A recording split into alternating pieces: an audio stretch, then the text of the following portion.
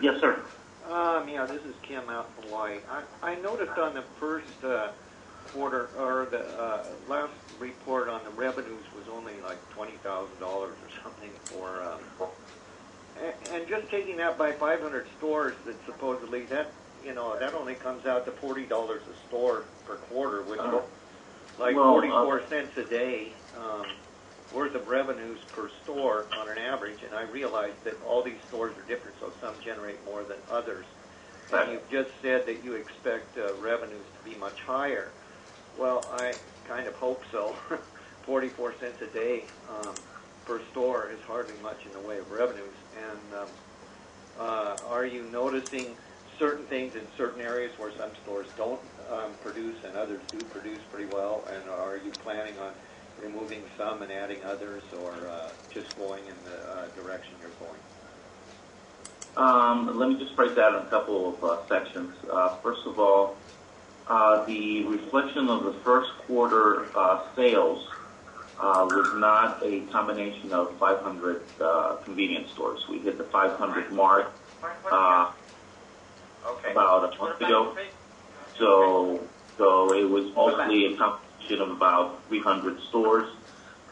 Yes, there are products that sell better in some stores and products that don't sell.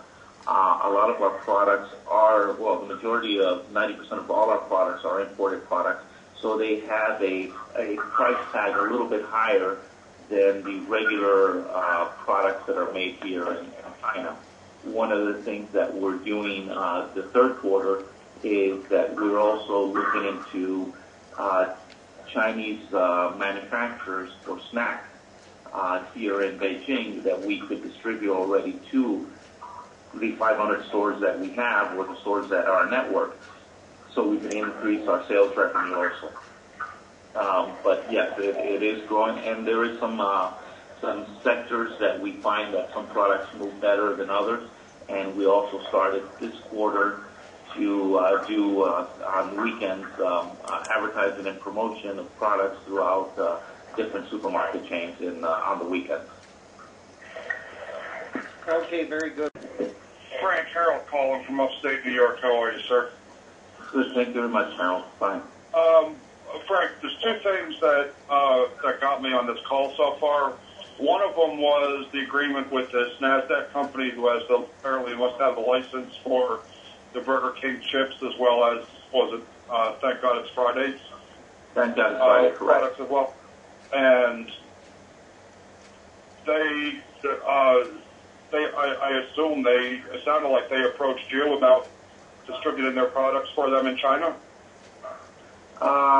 We've through secondary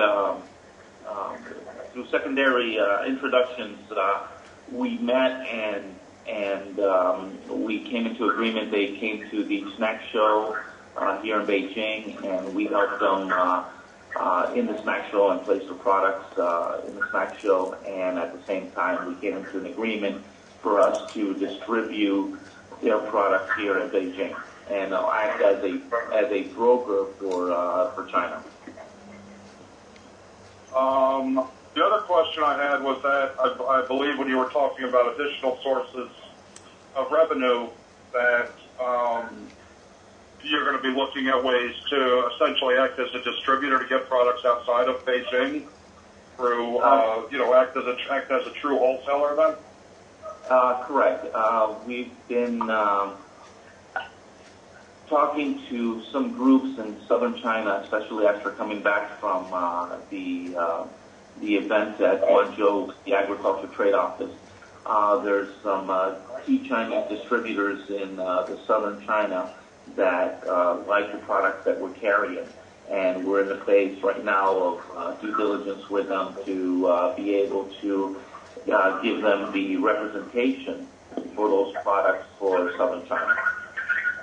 Great. We just want to make sure that the distributors that handle our products, handle the products, with the care and responsibility that we do here in Beijing. Thank you, Frank. I appreciate it. No problem. Hey, Thank Frank. you. Hey, Frank. Yes, sir. Frank. This is Barry calling from Chicago, and I was wondering, when is the time frame would you speculate that you into the United States?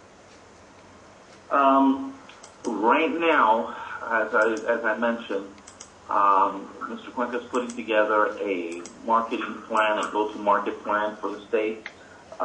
We sent out samples that he's sending out to different brokers throughout the United States, so they could do tastings and they could taste and sample the garlic. And we're doing a price structure. I estimate that we should start placing or getting ready to sell product in the next 4 to 6 months. Woo-hoo. Wonderful. And there should be a pretty good profit margin on that as well, correct? Garlic, 4 to 6 months.